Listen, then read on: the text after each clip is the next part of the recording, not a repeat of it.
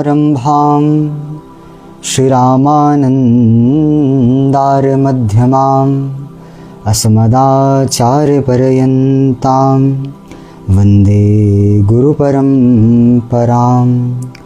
भक्तभक्तिभगवन्त गुरु चतुरनाम बपुएक, तिनके पग वंदन किए तो नाशहि विघ्न अनेक। हरि शरणम। सर्वप्रथम तो आप सबको खूब खूब प्रणाम। अनंत कोटि ब्रह्मांड नायक सर्वेश्वर परात्पर परब्रह्म अकारण करुणावरण वाले भक्तवांछा कल्पतरु श्री लाडली लाल जी की परम दिव्य कृपा के फलस्वरूप दास के मन में एक प्रेरणा जागृत हुई। कल पूज्य श्री दादा गुरुदेव भक्तमाली जी महाराज का प्राकट्य उत्सव था। 108वां प्राकट्य उत्सव था। तो उस दिवस पर दास ने विचार किया किसी नवीन ग्रंथ का आरंभ किया जाए। तो पूज्य सद्गुरुदेव भगवान द्वारा रचित ये ग्रंथ है श्री सद्गुरु चरितामृत। तो इस सद्गुरु चरितामृत का दास ने दर्शन किया, 1-2 पेज पढ़े रात्रि में। कल जब पढ़े तो भाव आया, ऐसा चरित्र है कि जो शास्त्रों में संतों के भक्तों के लक्षण कहे गए हैं कि भक्त कैसे हों, संत कैसे हों, उसका प्रत्यक्ष स्वरूप पूज्य श्री भक्तमाली जी महाराज के जीवन में दर्शन होता है। महाभारत में एक बड़ा सुंदर श्लोक आता है, वहाँ लिखा है कि श्रुतयोपि भिन्ना मतयोपि भिन्ना नेको मुनि यस्य मतम न भिन्ना धर्मस्य तत्वम निहितम गुहायाम। तो फिर महज्जनो ये न गतिस्स पंथा। शास्त्रों में भी अलग अलग प्रकार की बातें आई हैं। क्यों अलग अलग आई हैं? शास्त्र तो एक ही दिशा में अपना मार्ग कहता है, परंतु जीवों की बुद्धि अलग अलग है ना। कोई किसी प्रकार समझता है, कोई किसी प्रकार समझता है। तो वैसी अलग अलग प्रकार से समझने के कारण लोग शास्त्रों का भी अलग अलग तरीके से अर्थ करते हैं। अब मति विभिन्न है, तो फिर व्यास जी कहते हैं जीव का परम लक्ष्य क्या, जीव को क्या करना चाहिए, किस मार्ग का अनुसरण करना चाहिए। तो वहाँ उत्तर दे रहे हैं व्यास जी, महज्जनो ये न गतिस्स पंथा। हमारे पूर्वाचार्यगण, हमारे जो पूर्व के भक्तगण हैं, वे जिस मार्ग का अनुसरण करके उन्होंने श्रीहरि की प्राप्ति करी है, श्रीहरि का भजन किया है, यदि उसी मार्ग का हम भी अनुसरण करें तो ये बात निश्चित है हमें भी भगवत प्राप्ति हो जाएगी। तो ऐसे जब दर्शन किया दास ने पूज्य भक्तमाली जी महाराज के जीवन चरित्र का, इतनी प्रसन्नता चित्त को हुई कि भक्त किसे कहते हैं, संत किसे कहते हैं, साधु किसे कहते हैं, इसकी परिभाषा को चरितार्थ रूप में देखना हो तो पूज्य भक्तमाली जी महाराज के जीवन को देखना चाहिए। जैसे श्री मनु जी महाराज के पास संतानों की तो कोई कमी नहीं थी, पर मनु जी ने फिर भी प्रभु से कहा, चाहूँ तुम ही समान सुत, आपके जैसा हमें पुत्र चाहिए। क्यों आपके जैसा पुत्र चाहिए? पुत्र की कमी है। राजा उत्तानपाद थे, राजा प्रियव्रत थे, अकृति, प्रसूति, देवहूति आदि 3 कन्याएं भी थी, उनका भी आगे वंश था, कोई वंश की तो कमी नहीं है। पर मनु जी ने कहा, मनुस्मृति आदि ग्रंथों में मैंने मनुष्य के लिए जो नियम लिखे हैं, कोई भी मनुष्य पूरा उसका आचरण नहीं कर पा रहा। हम चाहते हैं कि ऐसा कोई व्यक्ति आए जो उसका सभी पालन करे, उस पूरी मर्यादा का पालन करे। तो भगवान ने कहा, आप सरस खोजूं कहाँ जाई, अपने जैसा दूसरा कहाँ से खोज के आऊँ। तो आपको मेरे जैसा पुत्र चाहिए, इसलिए मैं स्वयं आपका पुत्र बन के आऊँगा। तो स्वयं श्री प्रभु ही श्री राम जी के रूप में आए और मनु जी श्री दशरथ जी महाराज बने। और उसके बाद जो शास्त्रों में मर्यादा का वर्णन आया, जो शास्त्रों में जीवों के लिए आचरण का वर्णन आया, उसका प्रत्यक्ष दर्शन श्री रघुनाथ जी ने अपने जीवन से करवाया। आदर्श जीवन रघुनाथ जी ने प्रस्तुत किया। वैसे ही जो साधु का लक्षण, जो भक्त का लक्षण शास्त्रों में कहा है, यदि उसका प्रत्यक्ष स्वरूप देखना हो तो हम निश्चित पूर्वक कह सकते हैं पूज्य भक्तमाली जी महाराज के जीवन को देखना चाहिए। इसलिए कल ही था पूज्य भक्तमाली जी का प्राकट्य उत्सव 108वां। तो उसकी भी आप सबको हम खूब खूब बधाई देते हैं। आप सबको खूब बधाई हो। और बधाई के रूप में सबकी इच्छा थी कि कुछ सत्संग किया जाए, तो व्यस्तता तो रहती है, पर रात्रि के क्रम में जब हमारे स्वाध्याय का क्रम है, हम नित्य स्वयं भी स्वाध्याय करेंगे और आप सबको भी कुछ कुछ पृष्ठ जितनी देर मिलेगी, 15 मिनट, 20 मिनट, आधा घंटा, जो भी मिलेगा, नित्य प्रति जिस जिस दिन समय होगा उस दिन आप सबको क्रमशः श्री सद्गुरु चरितामृत को हम श्रवण करवाएंगे। हमारे लाडली लाल जी प्रत्यक्ष सुनेंगे बैठ के, आप सब भी श्रवण कीजिएगा और हमारा स्वाध्याय हो जाएगा, आपका श्रवण हो जाएगा। तो इसलिए नित्य प्रति ऐसा सत्संग करेंगे। आज से ही इस कथा क्रम का हम आरंभ करते हैं। बोलो श्री दादा गुरुदेव श्री भक्तमाली जी महाराज की जय। जय जय श्री राधे। अब इस ग्रंथ के रचयिता कौन है? इस ग्रंथ के रचयिता पूज्य सद्गुरुदेव श्री मलुक पीठ वाले महाराज जी हैं। पूज्य महाराज जी ने ही स्वयं इसको लिपिबद्ध किया, इस ग्रंथ को लिखा है।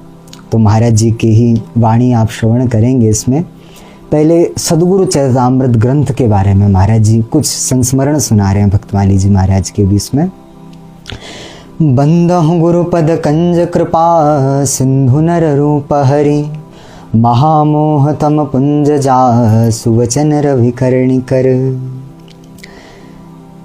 अनंत कोटि ब्रह्मांड नायक अखिल हेय प्रत्यनीक असंख्य कल्याणेक गुणगण निले करुणावरण वाले भक्तवांछा कल्पतरु भक्त वत्सल शरणागत वत्सल श्री भगवान ही अपनी प्राप्ति को अति सहज बनाने के लिए स्वयं उपासक के समक्ष सद्गुरुदेव भगवान के स्वरूप में अवतरित होते हैं। माने एक रूप में तो भगवान जीव को प्राप्त होते हैं, एक रूप में भगवान प्राप्तव्य होते हैं, भगवान मिलते हैं जीव को, और एक रूप में हमारे श्री ठाकुर जी जीव को अपने से मिलवाते हैं। लाडली लाल जी के रूप में मिलते हैं और सद्गुरुदेव के रूप में हाथ पकड़ के मिलवाते हैं। सीताराम जी के रूप में मिलते हैं और श्री सद्गुरुदेव के रूप में मिलवाते हैं। यही शास्त्र का सनातन सिद्धांत है। और भागवत जी के को एकादश स्कंद में लिखा है, आचार्यम माम विजानीयान नावमन्येत क्रहीचित नामर्त बुद्धि सूयेत सर्वदेव मयो गुरु। कि भागवत जी के एकादश स्कंद में भी लिखा है कि गुरुदेव तो साक्षात भगवान का स्वरूप होते हैं। आचार्यो माम विजानीयात, आचार्य को मेरा ही स्वरूप जानो, भगवान कहते हैं। आचार्य में और भगवान में भेद नहीं होता कभी भी। भक्ति केशम गुरुदेव अतात्मा, स्वयं सद्गुरुदेव के रूप में परमात्मा ही विराजमान है। और अलग अलग सिद्धांत हैं, अलग अलग संप्रदाय हैं। चाहे आप चतुर्वैष्णव संप्रदाय देखो, चाहे आप शांकर संप्रदाय देखो, चाहे आप उससे निकली हुई परंपराओं को देखो, चाहे शाक्त संप्रदाय देखो, प्रत्येक संप्रदाय में, प्रत्येक परंपरा में सद्गुरुदेव का सर्वोपरि स्थान है। अब हर संप्रदाय में सिद्धांत में थोड़ी थोड़ी भिन्नता हो सकती है, पर सद्गुरुदेव की जो महिमा है वह हर सिद्धांत में, हर संप्रदाय में एक समान है। सद्गुरुदेव की महिमा हर सिद्धांत में सर्वोपरि है। और हमारे श्री कबीर दास जी महाराज तो कहते हैं सद्गुरुदेव की महिमा में कि सात समुंदर मसी करूं सुरतरु कलम बनाए सब धरती कागद करूं गुरु गुण लिखा न जाए। कि यदि मैं सातों समुंदर की स्याही बना लूं और जितने वृक्ष हैं संसार में उन सबके कलम बना लूं, और जितनी पृथ्वी, अथाह पृथ्वी है ना, कोई पारावार पा सकता है पृथ्वी का, पर सारी पृथ्वी को कागज बना दूं, फिर भी गुरु गुण लिखा न जाए। सद्गुरुदेव की महिमा तभी भी नहीं लिखी जा सकती, तभी भी नहीं लिखी नहीं जा सकती। वस्तुतः मानव जीवन का हमें अंगीकार कर दिया। और बाल्यावस्था में बता रहे हैं कि अबोध बाल्यावस्था में अनेक बार श्री महाराज जी की अंक में बैठकर उनके पावन वरदहस्त का संस्पर्श हमें प्राप्त हुआ करता है। महाराज जी भक्तमाली जी अपनी गोद में बिठाते। बचपन में श्री पिताजी ने भक्तमाल का जो पूर्वार्ध है, जब पौराणिक भक्तों का चरित्र है, मूल छप्पे और श्री रामचरितमानस में विभीषण शरणागति का जो प्रसंग आता है, वे श्री राम रक्षा स्तोत्र आदि कंठस्थ करा दिए थे। तो महाराज जी के चरणों में बैठकर पिताजी की आज्ञा से कंठस्थ पाठों को सुनाने का अनेकों बार अवसर प्राप्त होता। उस समय महाराज जी कहते हैं महाराज जी की अवस्था मात्र 6-7 वर्ष की रही होगी। तो 8 वर्ष की आयु में यज्ञोपवीत संसार संपन्न हो गया और संध्या और गायत्री का अभ्यास स्वयं श्री भक्तमाली जी महाराज ने करवाया। ये भी महाराज जी लिख रहे हैं। 5वीं कक्षा में उत्तीर्ण होने के पश्चात 1 वर्ष के लिए परम श्रद्धेय प्रातः स्मरणीय परम पूज्य श्री शरणानंद सरस्वती जी महाराज का चरणाश्रय पूज्य गुरुदेव को प्राप्त हुआ। 1 वर्ष कौन थे श्री शरणानंद सरस्वती जी महाराज? पूज्य शंकराचार्य ज्योतिष पीठाधीश्वर श्री स्वामी ब्रह्मानंद सरस्वती जी महाराज के शिष्य थे और धर्म सम्राट स्वामी श्री करपात्री जी महाराज के छोटे गुरु भाई थे। श्री स्वामी जी फिर 1 वर्ष महाराज जी उनकी सन्निधि में रहे, लगभग जब 10 वर्ष के थे, 9-10 वर्ष की आयु थी तब रहे। और उसके बाद श्री स्वामी जी ब्रह्मलीन हो गए और ब्रह्मलीन होने के पश्चात 7वीं कक्षा में अध्ययन तो किया, महाराज जी कहते हैं हमने ब्रह्मलीन हो गए। फिर महाराज जी पुनः अपने गांव में आ गए, 5वीं कक्षा तक हुआ। 6ठी कक्षा में पूज्य श्री शरणानंद सरस्वती जी महाराज के निकट रहे और फिर जैसी 7वीं कक्षा में तब तक 1 वर्ष महाराज जी रहे, तब तक वे भगवत धाम चले गए। तो फिर महाराज जी को अपने अचर्रा गांव में पुनः आना पड़ा। तो लौकिक विषयों पे आधारित अंग्रेजी की शिक्षा दास को अनुकूल नहीं पड़ी, ये महाराज जी लिखते हैं। यहाँ एक घटना आती है सदगुरु चरितामृत ग्रंथ में, तो महाराज जी ने वर्णन नहीं करी पर हम आपको बताते हैं संक्षेप में। एक बार पूज्य महाराज जी विद्यालय में पढ़ा करते, तो उस जमानों में एक SC/ST कुछ थे जो विद्यालय में शिक्षक पढ़ाया करते। तो वो कबीरदास जी के ऊपर कुछ कह रहे थे। उन्होंने कबीरदास जी के ऊपर कहते कहते बोले कि कबीरदास जी ने किनका विरोध किया है। ये यथार्थ में बात नहीं, केवल वो कह रहे थे कि कबीरदास जी ने किनका विरोध किया है, जो ये पंडित जी की तरह, महाराज जी को कहा गुरुदेव को, जो पंडित जी की तरह बड़ी सी चोटी धारण करते हैं और तिलक धारण करते हैं, ऐसे पाखंडियों का खंडन किया है श्री कबीरदास जी ने। महाराज जी को बड़ी पीड़ा हुई, भैया हमारा अपमान करना है तो करो हमारा अपमान, पर हमारी शिखा का, हमारे यज्ञोपवीत का, हमारे तिलक का, इसका अपमान कहाँ तक तुम्हें शोभा देता है? इसका अपमान तुम कैसे कर सकते हो?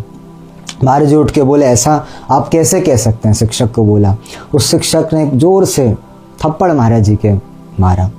महाराज जी बालक थे छोटे, 6ठी-7वीं कक्षा के लगभग, बड़े विकल हुए और विकल होकर इच्छा रही अब घर पे, वहाँ कैसे जाना विद्यालय। घर आए वापस, घर आकर पूज्य अपने पिताजी को बताया।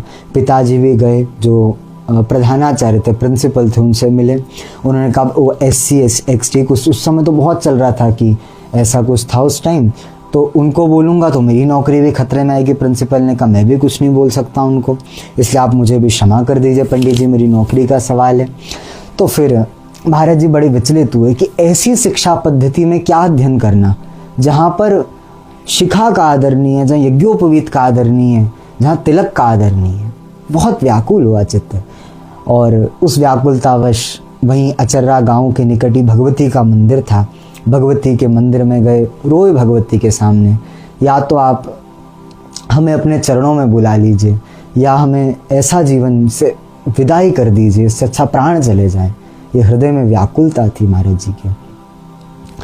अब व्याकुलता चित्त में भाई खूब रोए और जब रोए उसी रात्रि स्वप्न में स्वयं भगवती महालक्ष्मी ने दर्शन दिया।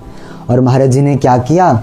महाराज जी ने भगवती महालक्ष्मी का अर्चन किया, खूब सारे कमल से स्वयं पुष्प चयन करे और भगवती का सहस्त्रार्चन कमल पुष्पों से करा। स्वयं भगवती महालक्ष्मी प्रकट भई और भगवती ने कहा हम प्रसन्न हैं, तुम्हें आज से 3 दिन बाद नारायण प्राप्त हो जाएंगे।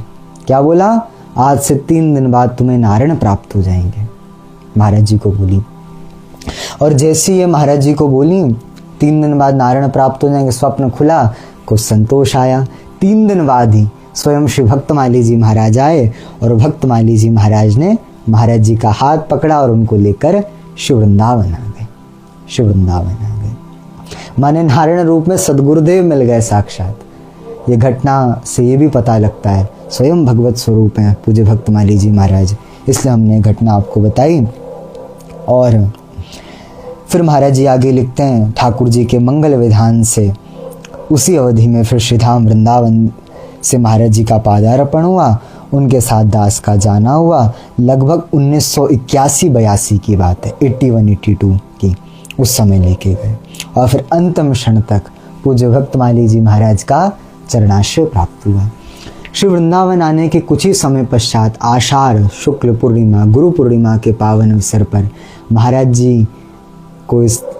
जी ने इस दास को सविधि वैष्णवी दीक्षा प्रदान करी। इस अवसर पर आपने संतों का खूब भंडारा किया और पूजन करवाया दास से। जैसे लाडला बालक का भाव अपनी ममतामयी माँ के प्रति होता है, वैसा ही भाव संबंध दास का पूज्य महाराज जी के प्रति रहा है। पूर्व अभ्यासवश कई बार उनको हम अम्मा अम्मा पुकारा करते, महाराज जी कहते हैं। कई बार हम कहते अम्मा अम्मा, इस प्रकार पुकारा करते। छोटे थे महाराज जी, 11 वर्ष के लगभग, तो अम्मा अम्मा करके पुकारा करते। तो महाराज जी भी, भक्तमाली जी महाराज मंदस्मित पूर्वक उत्तर देते, बड़े प्रसन्न होते। हाँ बोलो, इस प्रकार बड़े मुस्कुराते बोलते। ये नहीं कहते हमें अम्मा क्यों कह रहे हो तुम। कभी अपनी भूल का अनुभव होता तो दास कहते महाराज जी क्षमा कर दीजिए, हमें लगता हमें अपनी मम्मी मैया को कहने की, अम्मा कहने की आदत थी ना, तो हम आपको भी बोल गए, हमें क्षमा कर दीजिए।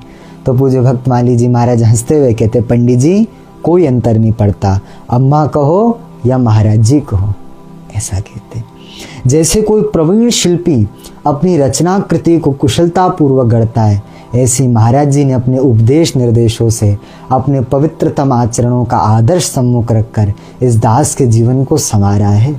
महाराज जी कह रहे आज यदि हम एक सुंदर आकार में हैं तो वो शिल्पकार हमारे पूज्य भक्तमाली जी महाराज हैं, उन्होंने ही हमें ऐसी आकृति प्रदान की है। आहा, किंतु फिर भी अपनी अज्ञातवश इस दास ने उन महामहिम सदगुरुदेव से यथामति ही लाभान्वित हो सका। ब्रह्मवेला से पूज्य महाराज जी का सानिध्य मिला करता। ब्रह्मवेला में महाराज जी प्रातः स्मरण के श्लोकों का पाठ किया करते। भक्तमाली जी कहते जयत्यति बलो रामो लक्ष्मणश्च महाबला राजा जयत सुग्रीवो राघवेणाभिपालिता। इस प्रकार वाल्मीकि रामायण के श्लोक अनेक श्लोकों से मंगलाचरण किया करते। तो ये सुनकर यदि महाराज जी वैसे प्राय इसी को सुन के उठ जाते, महाराज जी का अलार्म हुआ करता था, महाराज जी बताते हैं कथाओं में। पर यहाँ लिख रहे हैं कि यदि इसको सुनकर दास नहीं उठकर बैठता तो पूज्य भक्तमाली जी महाराज निकट आकर अपना पाप ताप संताप हारी अपना दक्षिण कर कमल हमारे मस्तक पर पधराते और कहते पंडित जी ब्राह्मे मूर्त या निद्रा सा पुण्य क्षय कारिणी, ब्राह्मे मूर्त या निद्रा सा पुण्य क्षय कारिणी। हे पंडित जी ब्रह्म मुहूर्त की जो निद्रा होती है वह सारे पुण्यों को क्षय करने वाली होती है, इसलिए उठ जाओ, स्नान करो, संध्या करो। दास श्री चरणों में साष्टांग प्रणाम पूर्वक नित्य कर्म में लग जाता। महाराज जी लिख रहे हैं कभी अस्वस्थता के कारण उठने में विलंब हो जाता तो महाराज जी सावधान करते हुए कहते कि पंडित जी काल का अतिक्रमण होने पर भी क्रिया का लोप कभी नहीं होना चाहिए, कम से कम प्रसाद पाने लायक तो नित्य नियम कर ही लो कम से कम, ये बात कहते हैं। महाराज जी के निकट प्राय भीड़ भाड़ बनी रहती, बड़े सरल थे, किसी को ये नहीं कहते तुम जाओ यहाँ से, तुम ये करो, शांति से रहा करते। तो लोग तरह तरह की चर्चाएं किया करते, तो महाराज जी उनको पूर्ण विक्षेप रहित होकर श्रवण किया करते थे। किंतु ये दास बाल सुलभ चपलता के कारण उनकी बातों को सुनने में लगता। तो तब पूज्य भक्तमाली जी महाराज कृपा पूर्वक सावधान करते हुए कहते कि पंडित जी सभी शास्त्रों की पुराणों की श्लोकों की संख्या तो निश्चित है, परंतु गल्प शास्त्री की संख्या अनिश्चित है। गल्प शास्त्र माने गप्पे लड़ाना, ये बातें कभी ख़त्म नहीं होती किसी की, इसलिए साधक विद्यार्थी को गल्प गाथा के कुचक्र में कभी नहीं फंसना चाहिए, अन्यथा वह अपने लक्ष्य से भ्रष्ट हो जाएगा। ये बात वह कहा करते थे। और क्या कह रहे हैं महाराज जी, एक बार दास को उदास देखकर आपसे पूछे कि क्या बात है पंडित जी, क्यों उदास बैठे हो। हमने कहा महाराज जी महाराज जी लिख रहे हैं पूज्य मलुकपीठ वाले महाराज जी बात कि हमने भक्तमाली जी से कहा महाराज जी हमारा चमेली का तेल समाप्त हो गया, एक शीशी मंगवा दीजिए, मुख पर लगाना है। तब पूज्य महाराज जी हंसने लगे और बोले तेल तो मंगा देंगे कोई बात नहीं, किंतु तेल लगाकर मुख चिकना चुपड़ा करना तो स्त्रियों का काम है, साधु ब्रह्मचारी का काम नहीं है ये। तेल के बाद फिर साबुन की आवश्यकता होगी, साबुन के बाद तेल की आवश्यकता पड़ती रहेगी। हमको कभी तेल साबुन का प्रयोग करते हुए देखा है तुमने। महाराज जी के इस कथन से ऐसा प्रभाव पड़ा कि दास ने उसी समय सविनय निवेदन किया कि अब हम कभी ये तेल साबुन इन सब का प्रयोग नहीं करेंगे। विद्यार्थी जीवन में लगभग 15 वर्ष बिना तेल साबुन प्रयोग करें श्री सद्गुरुदेव की कृपा से व्यतीत हो गए, ये पूज्य महाराज जी लिखते हैं। और कभी कभी देह शुद्धि के लिए देसी गौ माता के गौमय और गौमूत्र का लेप शरीर में कर लेते थे, जिससे देह निर्मल हो जाता था। और क्या कह रहे हैं, एक बार कुछ संत विद्यार्थियों के साथ श्री यमुना पार बेलवन लक्ष्मी जी का दर्शन करने गए। आज भी हमारे वृंदावन में श्री लक्ष्मी जी तपस्या कर रही हैं। वृंदावन की सीमा है यमुना के पल्ली पार बेलवन में। क्यों तपस्या कर रही है? ब्रज में प्रवेश मिल जाए हमें। तो आज भी तपस्या कर रही है, लक्ष्मी जी का मंदिर है। तो पूज्य महाराज जी कहते हैं हम वहाँ गए। लौटते समय मार्ग में महाराज जी के दिव्य गुणों की चर्चा चल पड़ी, भक्तमाली जी महाराज के। एक संत ने टिप्पणी करते हुए कहा कि महाराज जी का सर्वाधिक कृपा वात्सल्य पंडित जी पर है। पंडित जी माने पूज्य श्री भक्तमाली जी महाराज। पूज्य भक्तमाली जी, पंडित जी किनको कहते? पूज्य गुरुदेव मलुक पीठ वाले महाराज जी को। तो आप समझ जाइएगा इससे, पंडित जी पर है।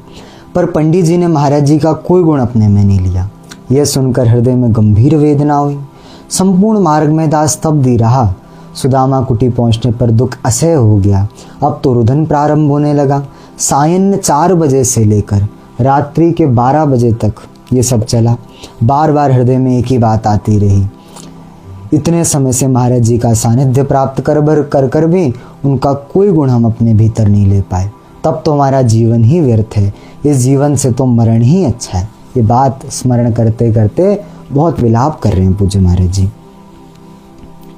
श्री महाराज जी जब रुदन का कारण ज्ञात हुआ तो सबको दूर हटाने के पश्चात वे दास के निकट आए और अपना स्नेह में कर कमल मस्तक पर पधराते हुए पूछे कि पंडित जी क्यों रो रहे हो? दास ने चरण पकड़कर रोते हुए कहा, इतने दिन से आपकी सन्निधि प्राप्त करके आपका कोई सद्गुणी दास अपने भीतर नहीं ले सका। अब तो मरना ही अच्छा है। तब महाराज जी हंसते हुए स्नेहपूर्वक बोले, अरे बावरे क्यों रोते हो? जो चाहते हो सब हो जाएगा। हमें गुणवान की आवश्यकता नहीं है। हमारे यहाँ तो गुणहीनों का भी निर्वाह हो जाता है। हम तुम्हारे ऊपर हृदय से प्रसन्न हैं, इसलिए दुख का त्याग कर दो। ये कहकर महाराज जी ने सांत्वना प्रदान कर जल दूध पिलाकर सुला दिया। यह एक बात हम आपसे निवेदन करें। महाराज जी बोले, भक्तमाली जी हम तुम पर हृदय से प्रसन्न हैं। हमें अनेकों बार प्रतीति होती है इस देह का फल, इस मानव देह का फल तो भगवत प्राप्ति है, इस आत्मा का फल भगवत प्राप्ति है। पर इस जीवन को जीते जीते अपने कर्मों से हमें क्या करना चाहिए, उसका फल क्या है, हम विचार करते हैं, बहुत चिंतन करते हैं तो लगता है भगवत प्राप्ति तो केवल कृपा के वश से होती है, केवल भगवत कृपा से भगवत प्राप्ति होती है। हमारे आचरण से यदि हमसे बड़े हमारे संत गुरुजन फिर ठाकुर जी श्री जी हमसे प्रसन्न हो जाएं, उनके मुख में उल्लास आ जाए हमारे आचरण से, तो हमारा जीवन सफल है, हमारा देह धारण करना सफल है। हम तो ये मानते हैं अपने चित्त में, उसी का देह धारण करना सफल है जिससे उसके माता पिता गुरुजन शिव प्रभु उससे प्रसन्न हो जाएं। जिस व्यक्ति से उसी का देह धारण सफल है। और महाराज जी क्या कह रहे हैं, एक बार यह शरीर विसूचिका हैजा से ग्रसित हो गया। बार बार वमन विरेचन होने लगा। प्रायः सभी दवाएं निष्फल सिद्ध हो गई। एक इंजेक्शन का रिएक्शन हो गया जिससे बार बार मूर्छा आने लगी। अब शौच के लिए जाते समय 2-3 बार गिर पड़े। दास को ऐसा लगा अब तो मृत्यु निकट है। बालक ही थे तो अब सबके भीतर ही रहता है जीवन जीने का इच्छा। आप एक चींटी के भी पीछे ऐसे उंगली लेकर वो दौड़ेगी, बस जीवन जीना सबके भीतर रहता है। तो जी विषा अत्यंत बलवती थी। मृत्यु का विचार कर रुदन करने लगे। तभी भगवत कृपा से सहसा भाव परिवर्तित हुआ। हृदय में विचार उठा कि हम कितने भाग्यशाली हैं। श्रीधाम वृंदावन, श्री यमुना जी का तट, श्री सद्गुरुदेव भगवान का पावन सानिध्य, ये बानक तो भगवान की अहेतु की कृपा से बना है। जन्म लेने वाले की मृत्यु तो जगत का ध्रुव सत्य है। अब तो इस प्रकार की पवित्र मृत्यु के लिए भीतर से तैयार हो जाना चाहिए। अपनी चित्तवृत्ति को श्री भगवान नाम में समर्पित कर देना चाहिए। उस समय इस दास ने यह अनुभव किया कि श्री भगवत कृपा का स्मरण तथा संत सद्गुरुदेव भगवान का महदानुग्रह मृत्यु के भय को दूर कर उस मृत्यु को अत्यंत सुखमय बना देता है। ये सब विचार उठने के बाद ये दास मूर्छा में चला गया। बाद में जैसे ही प्रत्यक्षदर्शियों ने बताया कि क्या हुआ था, महाराज जी तो मूर्छा में चले गए, पर बाद में सबने महाराज जी को बताया इसके बाद क्या हुआ। जब आप मूर्छा में गए, श्री महाराज जी ने आपका सर अपनी गोद में रखा और दोनों कर कमल आपके मस्तक पर पधराए और फिर हाथ जोड़कर भावमग्न होकर भगवान से प्रार्थना की। इस क्रिया के लगभग 10 मिनट बाद आपने आंखें खोली। आंखें खुलने पर दास ने देखा कि महाराज जी की गोद में मेरा मस्तक है और मैं भगवान नाम का उच्चारण कर रहा हूँ। इस प्रकार परीक्षित की तरह इस दास के जीवन दाता प्राण रक्षक पूज्य महाराज जी हैं। ये बात पूज्य गुरुदेव कह रहे हैं। श्री महाराज जी की ही कृपा प्रेरणा से इस दास को परम तपस्वी वीतराग योगीराज महंत श्री देवदास जी खाक चौक वाले महाराज जी जो हैं पहाड़ी बाबा महाराज, उनसे विरक्त वेश प्राप्त हुआ, जिससे संत समाज में दासानुदास के रूप में हमारा विधिवत परिगणन हुआ। वो भी महाराज जी की कृपा से हुआ। बाल्यकाल में श्री महाराज जी जिस प्रकार निरंतर कृपा करुणा की वर्षा की है उसका स्मरण करके चित्त प्रेम से अभिभूत हो जाता है। उन कृपा प्रसंगों को गिन पाने में ये दास अपने आप को असमर्थ मानता है। उन कृपा को कहना नहीं, महाराज जी कहते उन कृपा को गिन पाऊँ, कितनी बार कृपा की है, यही असंभव जैसा है। तो उन कृपा को पूर्ण वर्णन कर पाने की तो कहीं सामर्थ्य है। श्री महाराज जी के सानिध्य में रहकर अनुभव होता था कि वेद शास्त्र पुराण स्मृति एवं संतवाणी आदि धर्म ग्रंथों में संतों की जितनी भी परिभाषाएं प्रस्तुत की गई हैं वे सब महाराज जी के एक साथ प्रत्यक्ष विद्यमान हैं। एक बार उनसे यह जिज्ञासा की गई कि महापुरुष किसे माना जाए। श्री महाराज जी ने कहा, जिसको दूर से देखकर भले ही महात्मा का बोध ना हो, किंतु जितनी निकटता बढ़ती जाए तो उनके प्रति श्रद्धा भी सहज बढ़ती जाए, यही महापुरुष की पहचान है। जितनी उनसे निकटता बढ़ती जाए उतनी उनके प्रति श्रद्धा बढ़ती जाए, ये महापुरुष की पहचान है, पूज्य भक्तमाली जी ने कहा। विचार करने पर इस दास को अनुभव हुआ कि यह परिभाषा तो महाराज जी में चरितार्थ होती है। दूर से देखने पर उनके आगाध असीम महात्मा का भले बोध नहीं होता, किंतु जितनी जितनी निकटता बढ़ती जाती है उतनी ही अधिक उनमें श्रद्धा जागृत हो जाती है। आगे आप इस सद्गुरु चरितामृत में श्रवण करेंगे कि पूज्य श्री भक्तमाली जी महाराज के जीवन में ऐसे अनेकों प्रसंग आए, लोग पहचान नहीं पाते महापुरुष हैं, संत हैं। कई बार तो महाराज जी रोड में बैठ के प्रसाद पा लेते थे। उनको संतों बड़े बड़े संत जानते थे, पर जो द्वारपाल थे, अरे तुम तो अभ्यागत साधु लगते हो, तुम थोड़ा ना महापुरुष हो, तुम यहाँ बैठ के पाओ। महाराज जी चुपचाप पाते थे। दैन्य था, दूर से देख के लगता नहीं संत हैं, पर जब कोई निकट में संग करे तो तब लगता इनसे जैसा संत तो कहाँ दिखेगा। ऐसे पूज्य भक्तमाली जी थे हमारे। ईस्वी सन 2006 के मध्यकाल तक महाराज जी का प्रकट दर्शन एवं उनका मंगलमय सानिध्य इस दास को प्राप्त होता रहा। यद्यपि संत सद्गुरुदेव नित्य तत्व हैं, कभी वे समाप्त होने वाले नहीं हैं, सदा विद्यमान रहते हैं और उनका कृपा वारिद अपने अनुगतों पर उनके धाम गमन के पश्चात भी पूर्ववत ही बरसता रहता है। तथापि लगभग 3 दशकों तक, मतलब लगभग 30 वर्षों तक श्री सद्गुरुदेव का प्रकट छो दुलार और उनके प्रत्यक्ष मार्गदर्शन को इस दास ने प्राप्त किया। श्री महाराज जी के नित्य लीला प्रवेश के पश्चात उनका श्री प्रिया प्रियतम मिलन महोत्सव आयोजित हुआ। इस अवसर पर पूज्य श्री नारायण दास भक्तमाली जी श्री मामा जी महाराज ने दास को सद्गुरुदेव भगवान का स्मृति ग्रंथ प्रकाशित करने की आज्ञा दी कि उनका स्मृति ग्रंथ प्रकाशित होना चाहिए। दास ने आश्वस्त था कि पूज्य मामा जी के मार्गदर्शन में स्मृति ग्रंथ का स्वरूप संयोजा जाएगा। अनेक प्रकार के सेवा कार्यों में व्यस्त होने से दास स्मृति ग्रंथ का कार्य में अभिष्ट गति प्रदान नहीं कर पाया। थोड़ा आरंभ हुआ पर इतनी जल्दी वे नहीं चल सका। तो इसी बीच पूज्य मामा जी भी अकस्मात दुर्घटना के बीच सहसा हम सबके बीच से तिरोहित हो गए। 2006 में पूज्य भक्तमाली जी महाराज पधारे और 2007 में लगभग शायद 7 ही मुझे स्मृत है, 7 या 8 की बात है, पूज्य मामा जी महाराज भी शायद भगवत धाम 2007 में ही गए थे। तो इस दुखद प्रसंग से हृदय मरमत पीड़ित हुआ।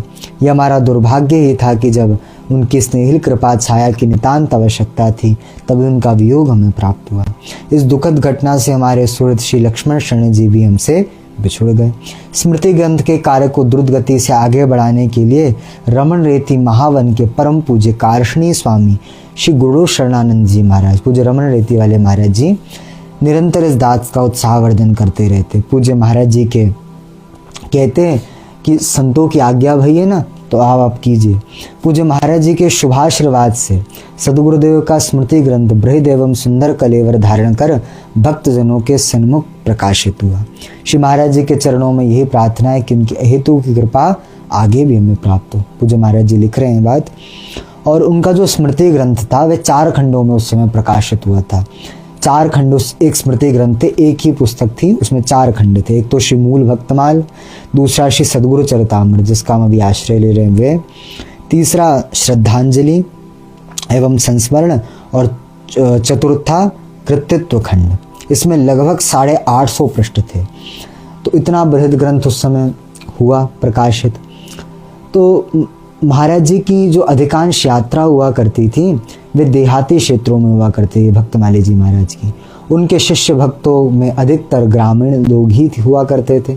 स्मृति ग्रंथ का विराट कलेवर तथा उसकी विद्वत भोग्य सामग्री को देखते हुए, कितना विद्वत भोग्य है तो सब ग्रामीण क्षेत्र सबको लाभ प्राप्त हो, तो इतना बड़ा ग्रंथ सब कैसे आश्रय ले पाएंगे। तो जो उस ग्रंथ के 4 खंड थे उनमें जो द्वितीय खंड श्री सदगुरु चरितामृत था उसको पृथक पुस्तक के रूप में प्रकाशित किया गया।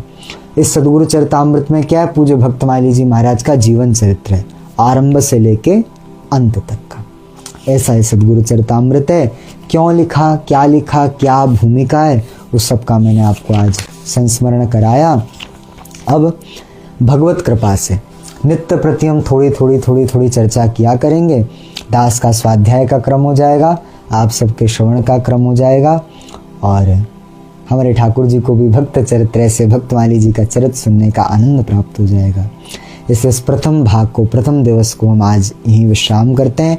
कल से इस ग्रंथ का आरंभ, कैसे पूज्य भक्तमाली जी महाराज के जन्म की भूमिका और कैसे कुर्सी ग्राम नैमिषारण्य के निकट जन्म हुआ, माता पिता आदि कौन थे, सब कुछ के ऊपर हम आपको श्रवण करवाएंगे। आज इन्हीं भावों के साथ यहाँ विश्राम करते हैं। अपनी इस वाणी को श्री लाडली लाल जी के चरणों में समर्पित करते हैं। बोलो श्री भक्तमाली जी महाराज की जय, भक्त और भगवान की जय। जय जय श्री राधे श्याम।